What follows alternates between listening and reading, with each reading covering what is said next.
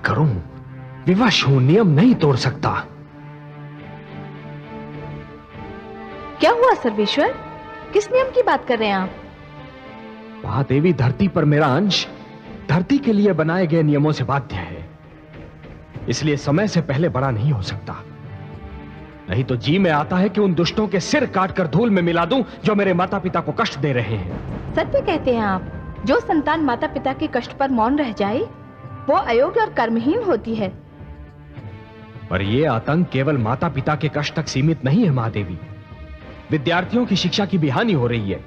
सहस्रार्जुन उन्हें एक स्थान पर टिकने ही नहीं देता, तो उनकी शिक्षा पूरी कैसे होगी? महादेवी, ऋषि जमदग्नि रात्रि को भी शिक्षा प्रदान इसलिए कर रहे हैं कि दिन की हानि की पूर्ति होनी है। परंतु ऐसी स्थिति में विद्यार्थियों की मनस्थिति कुछ ऐसी हो जाती है कि उनका पूरा ध्यान शिक्षा पर नहीं रहता। आचार्य भयभीत हैं, शिक्षार्थी आतंकित हैं, और यह सब कुछ देखकर भी मैं कुछ नहीं कर सकता महादेवी, मैं कुछ नहीं कर सकता।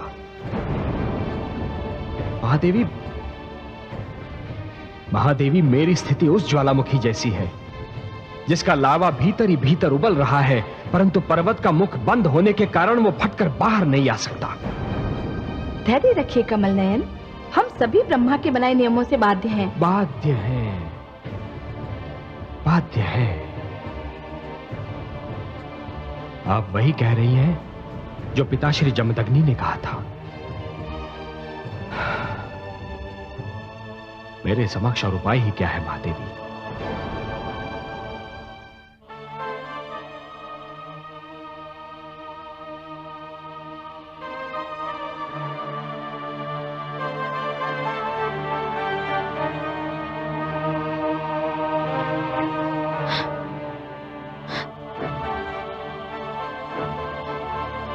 पुत्र राम, राम कहाँ गया? नहीं, स्वामी थक कर सोए हैं, इन्हें जगाना उचित ना होगा। मैं स्वयं देखती हूँ।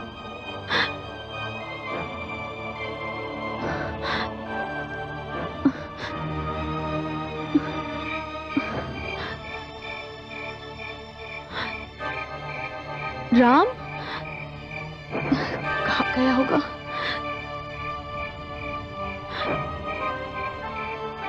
राम,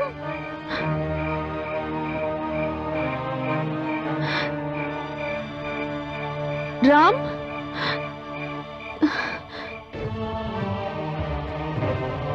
राम, राम,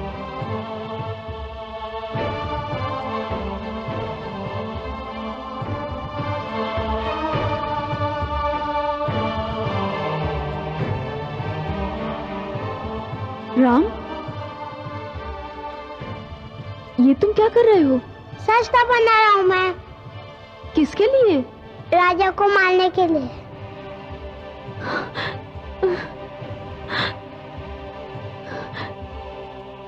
ये दुष्ट शस्त्र अर्जुन, देख तेरे कारण ये क्या हो रहा है। जो बालक मुख से शस्त्र शब्द का उच्चारण नहीं कर पाता था, आज वो शस्त्र बना रहा है। तूने एक बालक से उसका बालपन छीना है। संसार तुझे इस पाप के लिए कभी क्षमा नहीं करेगा।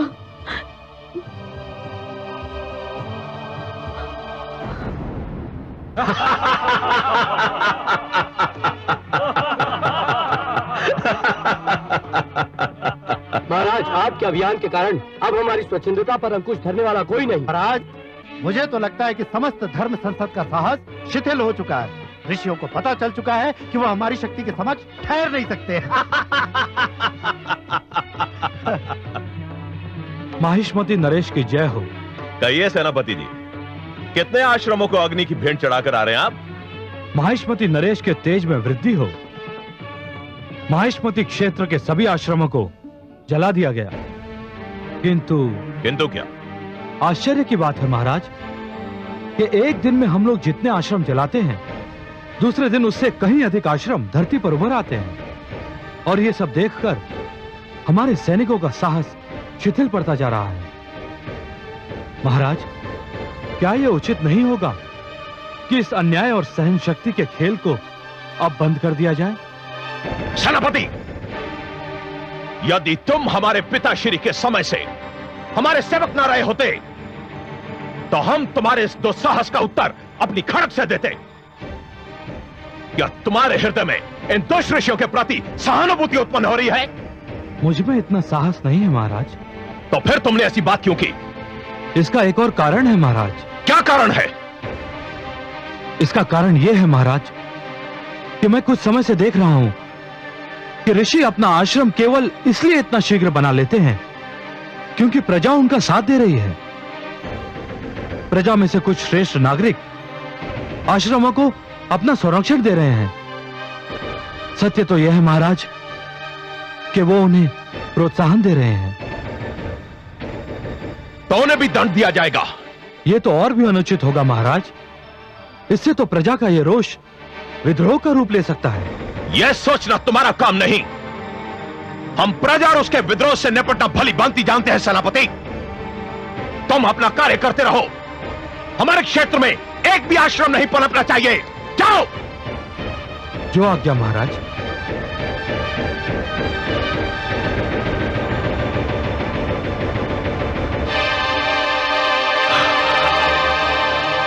ऋषि जमदग्नि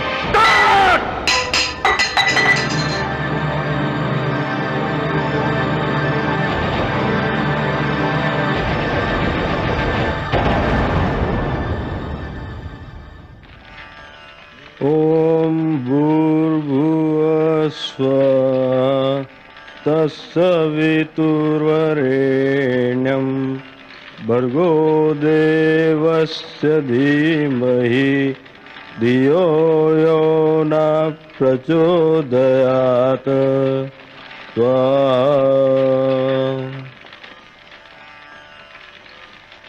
राम, देवी राम कहाँ है? उसे बुलाइए। आज उसका उपनयन होना है और उसे यज्ञ के समस्त नियम भी समझाने हैं। स्वामी, मैंने तो उसे आने को कहा था, ना जाने कहाँ रह गया। मैंने गुरुपुत्र को वन में स्थित खंडरों की ओर जाते देखा था। खंडरों की ओर? हाँ गुरुदेव, मैंने कहा भी था कि यज्ञ का समय हो रहा है। तो उसने क्या कहा? उसने कहा तुम जाओ, मैं आ जाऊंगा। तुम जाओ और उसे लेकर आओ। जी गुरुमाता। ठहरो, तुम सब यहीं रहो, मैं उसे लेकर आता हूं।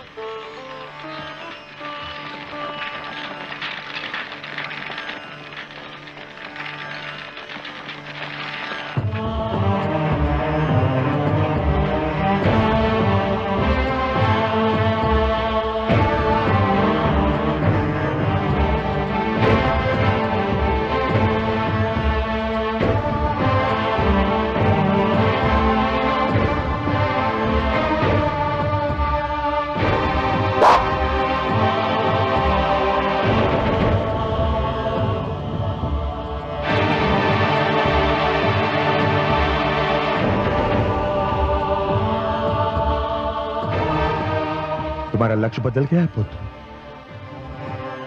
तनिक भी नहीं बदला पिताश्री। देखिए, ठीक उसी स्थान पर है जिसे मैंने बाण के लिए चुना था।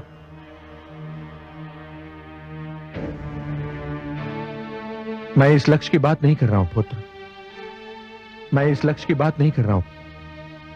जो तुम कर रहे हो ना पुत्र, वो हमारे जीवन का लक्ष्य नहीं है। क्यों पिताश्री? इसलिए कि हमारे जीवन का लक्ष्य कुछ और है पुत्र। हम ब्राह्मण हैं, हमारा कर्म ज्ञान देना है, शास्त्रों का प्रचार करना है, अधिक से अधिक शिक्षा ग्रहण करना है और समाज को अधिक से अधिक शिक्षित करना है। क्या हमारा लक्ष्य चुपचाप अत्याचार सहते रहना है? क्या हमारा लक्ष्य ये भी है कि नित दिन हमारे घर और आश्रम फूके जाते रहे और हम पशुओं की भांति एक स्थान से दूसरे स्थान पर हाके जाते रहे? ये हमारी नियति है पुत्र, हमारा भाग्य है। क्षमा करें पिताश्री, कभी कभी हम सब नियति और भाग्य जैसे शब्दों का प्रयोग वहां भी कर बैठते हैं जहां कायरता का शब्द अधिक शोभा देता है। नहीं पुत्र, सहनशीलता कायरता नहीं होती पुत्र। हम जिसे सहनशीलता कह रहे हैं, समय और इतिहास उसे पलायनवाद का नाम देगा, सत्य से भागने की चेष्टा कहकर पुकारेगा। हाँ पिताश्री, यदि अत्याचार का हाथ ना रोका गया, दमन की कलाई ना मरोड़ी गई, तो एक एक करके हमारे सारे आचार्य भी अपने अपने आश्रमों की भांति अग्नि की भेंट चढ़ जाएंगे। जब ज्ञान के भंडारी लूट जाएंगे, उसके भंडारी ही समाप्त हो जाएंगे, तो कहाँ करेंगे हम ज्ञानदान, कहाँ करेंगे शास्त्रों का प्रचार, कौन बचेगा ये सब विचार करने के लिए भी।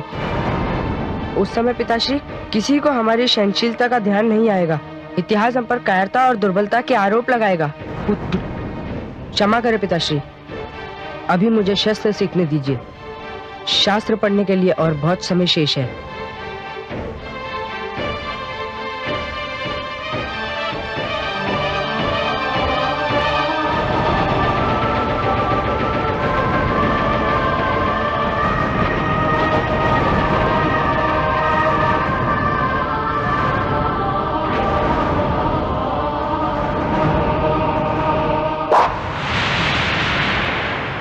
ओम भूर्भुवः स्वः तत्सवितुर्वरेण्यं भर्गो देवस्य धीमहि धियो यो न प्रचोदयात्।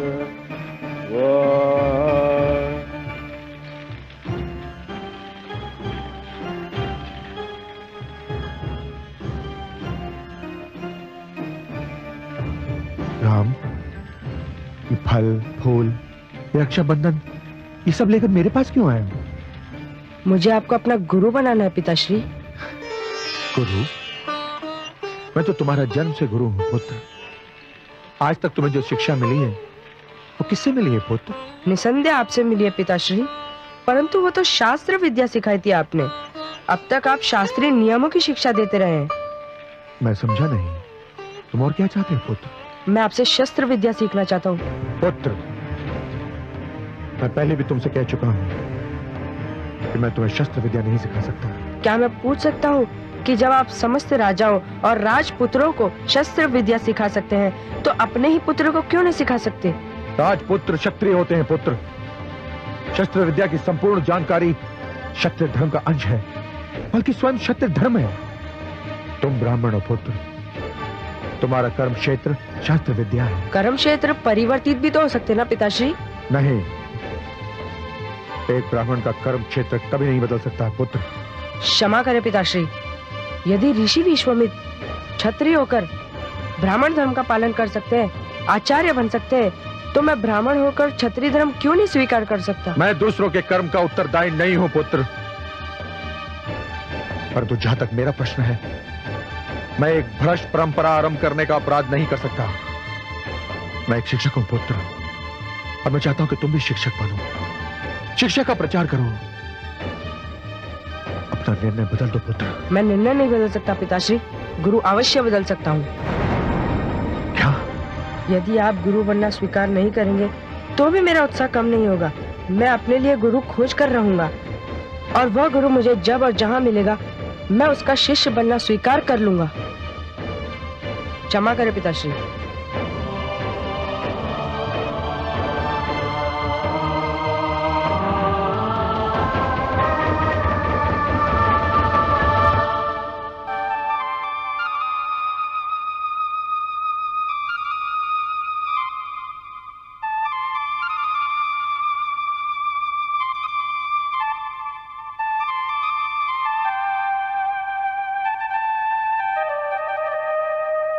माताश्री, माते, मुझे बुलाया आपने माते? हाँ, तनिक जाकर देखो कि पुत्र राम कहाँ गया है। तुम्हारे पिताश्री उसकी खोज में भी गए, पर अब तक ना वे लौटे हैं और ना ही पुत्र राम। रेणुका, वो अब लौटेगा भी नहीं। ये आप कैसी अशुभ बातें कर रहे हैं स्वामी? क्यों नहीं लौटेगा मेरा पुत्र? कहाँ गया है? रेणुका, आपका पुत्र एक ऐसे पद पर निकल पड़ा है कि यदि वो वहां से वापस लौटकर आया भी, तो वो नहीं रहेगा जिसे आपने जन्म दिया है। वो नहीं रहेगा जिसका मैंने पालन पोषण किया था। आप ये कैसी बातें कर रहे हैं स्वामी? मेरे तो प्राण निकले जा रहे हैं। आप स्पष्ट रूप से क्यों नहीं कहते? क्या हुआ है मेरे पुत्र को? किस पथ पर चल निकला है वो स्वामी? मैं सत्य कह रहा हूं रेणुका। जिस डगर पर आपका पुत्र यात्रा कर रहा है, वो डगर हमारे संस्कारों की ओर नहीं आती, हमारे सिद्धांतों के विपरीत है। आपने क्या पहेलियां बुझाने की सौगंध खा रखी है स्वामी? आप क्यों मेरी व्याकुलता बढ़ा रहे हैं? रेणुका, हमारे पुत्र ने ब्राह्मण संस्कार त्याग कर क्षत्रिय संस्कार अपना लिया है। वो शास्त्र को छोड़कर शस्त्र को थाम लिया है। ज्ञान, शिक्षा, विद्या के मार्ग से हटकर वो युद्ध, आक्रमण और रणभूमि के मार्ग की ओर मुड़ गया। रेणुका, ये तो होना ही था स्वामी। क्या होना ही था रेणुका? पुत्र, तुम जाओ। जी माते।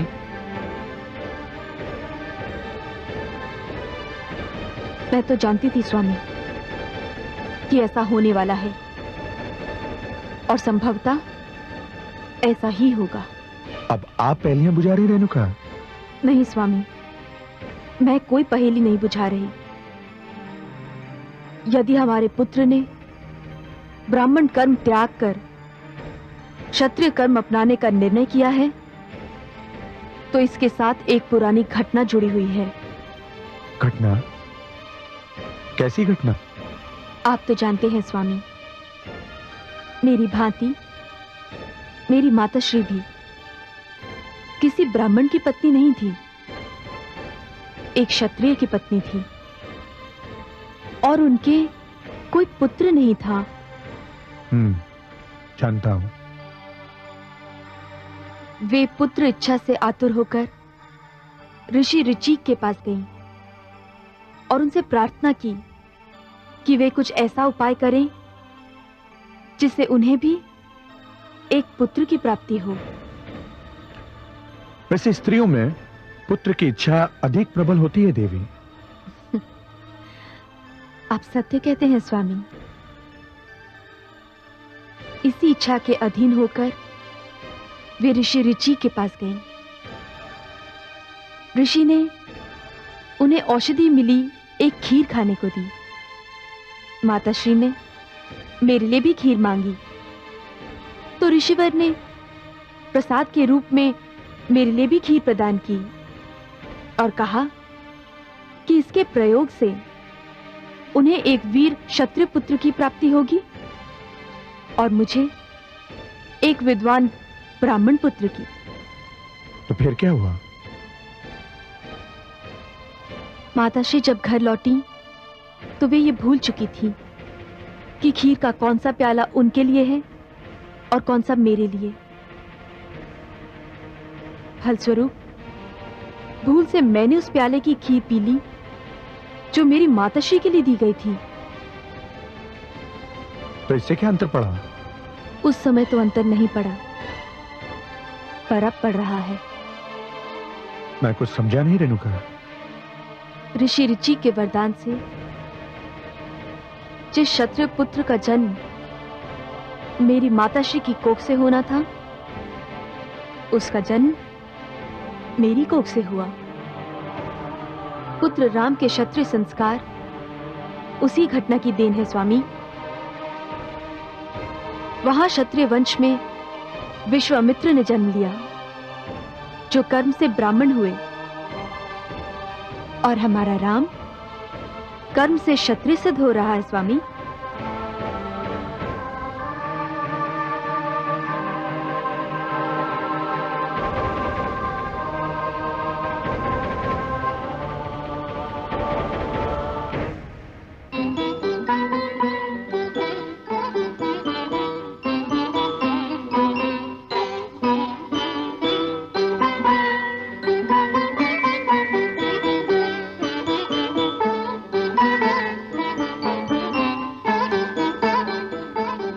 माहिष्मती नरेश की जय हो।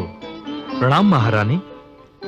सेवक आपके आदेशानुसार अपना अभियान संपन्न करके सफल लौट आया है। सेनापति कितने राज्यों का हमारे अधीन बनाकर लौटे हो? महाराज, आपको यह जानकर प्रसन्नता होगी कि आसपास के 25 क्षेत्र जो कल तक अपने आप को स्वाधीन समझते थे, आज महेशपति की अधीनता को अपना गौरव समझ रहे हैं। कुछ अपनी इच्छा अनुसार और कुछ महाराज की बढ़ती हुई शक्ति के भय से। प्रसन्नता तो हुई है सेनापति, परंतु यह प्रसन्नता भी अधूरी है। हमारे राज्य के चारों ओर 50 क्षेत्र हैं, 25 ने हमारी अधीनता स्वीकार कर ली है, 25 शेष अभी बाकी है। तो प्रसन्नता भी तो 50% होगी ना, पूरी कैसे हो सकती है? किंतु स्वामी, शेष 25 राज्य तो हमारे मित्र राज्य हैं।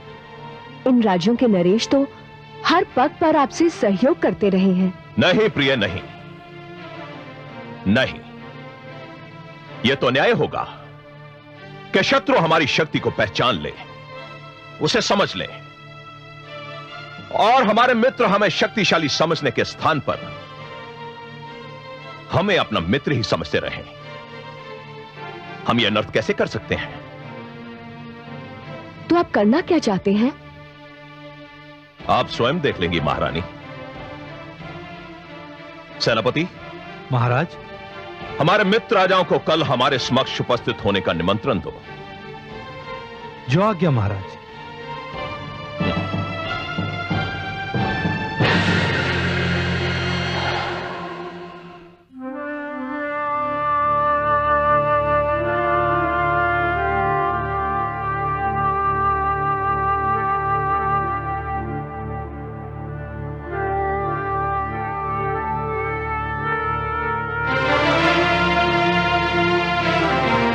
कमल नयन, हे पद्मनाभ, वो मुख जिसका ध्यान आते ही मन में आस का उजाला फैल जाता है, जिसका नाम लेते ही नेत्रों में आशा दीप जगमगा उठते हैं, उसी मुख पे आज चिंता की छाया देखकर मैं अत्यंत चिंतित हो रही हूँ। किस चिंता ने आपको घेर रखा है? चिंता तो नहीं महादेवी, परंतु हाँ, एक विडंबना ने मेरे विचार को घेर लिया है। तनिक मैं भी तो सुनो, वो कौन सी विडंबना है? महादेवी, मैं मानव जीवन की उस विडंबना के विषय में विचार कर रहा था कि मानव कभी कभी बनना कुछ चाहता है और परिस्थितियां उसे कुछ और ही बना देती हैं। क्या आपका संकेत रेणुका पुत्र राम की ओर है? हाँ महादेवी, देखिए ना, मेरे इस अंश ने प्रथम बार पूर्ण मानव के रूप में जन्म लिया, और वो भी एक विद्वान, एक गुरु, एक आचार्य के घर में, एक सुशील नारी की गोद में जन्म लिया। उसके रूप में मानव समाज को एक विद्वान, एक गुरु और एक आचार्य भी मिल सकता था, परंतु परिस्थितियां उसे योद्धा बनने पर विवश कर रही हैं महादेवी। उसके हाथ से पुस्तक छीनकर उसमें शस्त्र थमा रही हैं। जो दोनों हाथों से ज्ञान लुटा सकता था महादेवी, उसके दोनों हाथों में धनुष और बाण पकड़ा दिए परिस्थितियों ने। हाँ कमल नयन, जो शांति का संदेश दे सकता था वो युद्ध का उपदेश दे रहा है। जिसे उस मार्ग पे जाना था जहाँ विद्या, ज्ञान और शांति है, वो उस मार्ग पर निकल पड़ा है जहाँ युद्ध, आग और रक्त है। किंतु इसमें उसका तो कोई दोष नहीं। कमल नयन, आपने सर्वथा उचित शब्द का प्रयोग किया है। परिस्थितियों ने उसे विवश किया है। वो इस मार्ग पर अपनी इच्छा से नहीं आया, उसे इस मार्ग पर ढकेल दिया गया है, और इसका कारण है सहस्त्रार्जुन। क्यों कर रहा है वो ये दुष्कर्म? महादेवी, मानव का जीवन शांत और सुखी बनाने के लिए ईश्वर ने उसके मार्ग में सहस्रों दीप जलाए हैं। उसके पास वेद, शास्त्र और अनेक अनेक धर्म ग्रंथ भेजे हैं, जिनमें जीवन के सिद्धांतों का वर्णन किया है, जीवन की सीमाओं की परिभाषा लिखी हुई है। इन सिद्धांतों और सीमाओं को राजा को अपने ढंग से मानना था और प्रजा को अपने ढंग से। किंतु सहस्त्रार्जुन की प्रजा तो आज भी इन सिद्धांतों, नियमों और सीमाओं का पालन कर रही है कमल नयन। परंतु सहस्त्रार्जुन तो नहीं मान रहा ना महादेवी। महादेवी, जब कोई राजा या कोई सत्ताधारी वर्ग इस भ्रम में पड़ जाता है कि वो केवल एक राजा है, एक स्वामी है, और ये भूल जाता है कि वो प्रजा का सेवक है, प्रजा का रखवाला है, जब सत्ताधारी वर्ग सिद्धांतों को प्रतिबंध समझकर और सीमाओं को रोक समझकर उन्हें तोड़ने का प्रयास करता है, तो वो निरंकुश बनने लगता है। और तभी सारी उलझनें उत्पन्न होती हैं महादेवी। सत्ताधारी वर्ग की निरंकुशता दमन को जन्म देती है। दमन उत्पात का कारण बनता है, उत्पात अराजकता उत्पन्न करता है और फिर अराजकता विद्रोह का रूप धारण कर लेती है महादेवी। जब पीड़ित और आतंकित वर्ग की पीठ पीछे हटते हटते दीवार से लग जाती है महादेवी, जब उनके लिए और पीछे हटना संभव ही नहीं होता, तो फिर वो अपने प्राणों की रक्षा करने के लिए आगे बढ़ जाते हैं। वो आक्रामक रूप धारण कर लेते हैं, विद्रोही बन जाते हैं। ये मानव जीवन का एक विषम मोड़ होता है महादेवी, जिस मोड़ पर समाज बदलते हैं, इतिहास बदलते हैं। नहीं, हम नहीं भागेंगे, हम शत्रुओं का सामना करेंगे। हम नहीं डरेंगे, शत्रुओं का सामना करेंगे। शस्त्र अर्जुन को यह विश्वास हो गया है कि हम उसके सामने ठहर नहीं सकते। हम विद्यार्थी हैं, शास्त्री हैं, हमारे हाथों में पुस्तकें हैं, शस्त्र नहीं। हम उसके आतंक के समक्ष चुपचाप सिर झुका देंगे। इसीलिए उसका साहस हर बीते दिन बढ़ता जा रहा है। सत्य कहते हैं आप गुरुपुत्र, इस आतंक पर रोक लगनी चाहिए। और उसका एक ही ढंग है, सहस्त्र अर्जुन को यह बता दिया जाए कि हमारे मन से उसके आतंक का भय निकल चुका है। हमने उसके सामने ठहरने का साहस जुटा लिया है। यदि हम पर आक्रमण होगा तो हम अपनी रक्षा करेंगे। हमें मरना ही पड़ा तो हम उनको मारकर ही मरेंगे। बोलो, क्या तुम मेरे साथ हो? हाँ, हम सब तुम्हारे साथ हैं।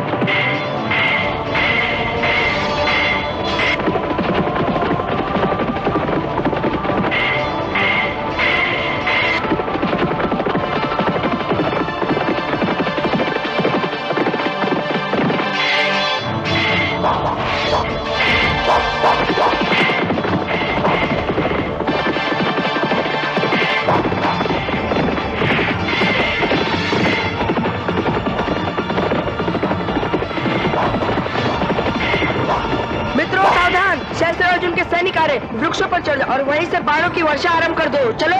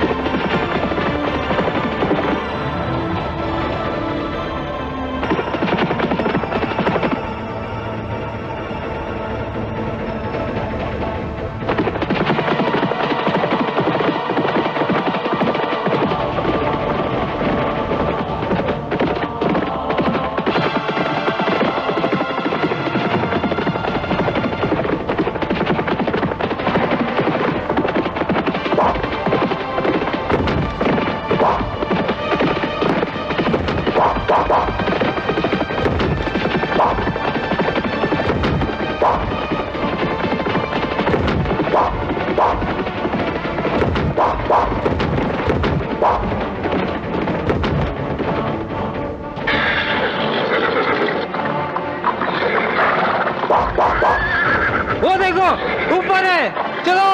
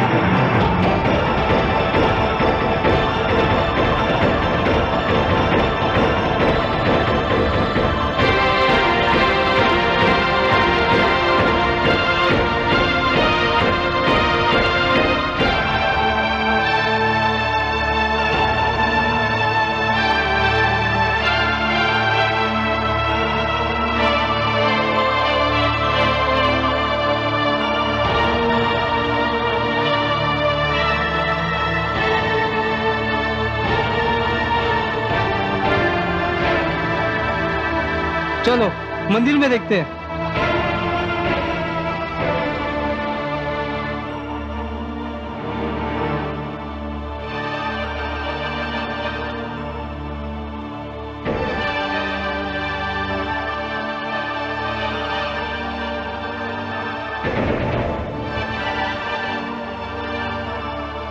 कहाँ छुप गया?